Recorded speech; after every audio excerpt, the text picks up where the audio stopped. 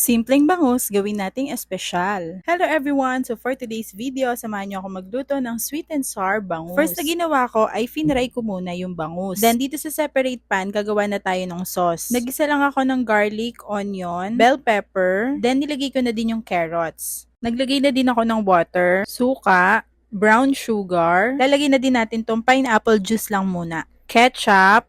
Naglagay na din tayo ng pepper and salt to taste. Tapos sinalo-halo ko lang hanggang mag-blend yung lahat ng ingredients na nilagay natin. Tapos naglagay lang ako ng cornstarch na tinunaw sa tubig. Tapos continuous halo lang hanggang sa mag-sticky na. Tapos nilagay ko na din pala yung pineapple. Hinalo ko lang siya hanggang sa kumulo. At ayan na, kumukulo na siya at pagka ganyan na yung consistency niya, okay na yan. Then nilagay ko na yung pinrito nating bangus kanina. So ayan, hinalo ko lang siya dyan at papakuluin lang natin siya ng very light para lang lumasa sa bangus yung ginawa nating sauce. Ayan, kumulo na at hahanguin na natin siya dahil okay na yan. Wow, super sarap. Ayan, napakabango. Talaga namang mapapa-extra rice na naman tayo dahil yung simpleng bangus ay ginawa nating espesyal. Para maiba naman, hindi yung laging prito. Syempre, kakain na kami. Follow for more. Yun lang, till next time. Bye!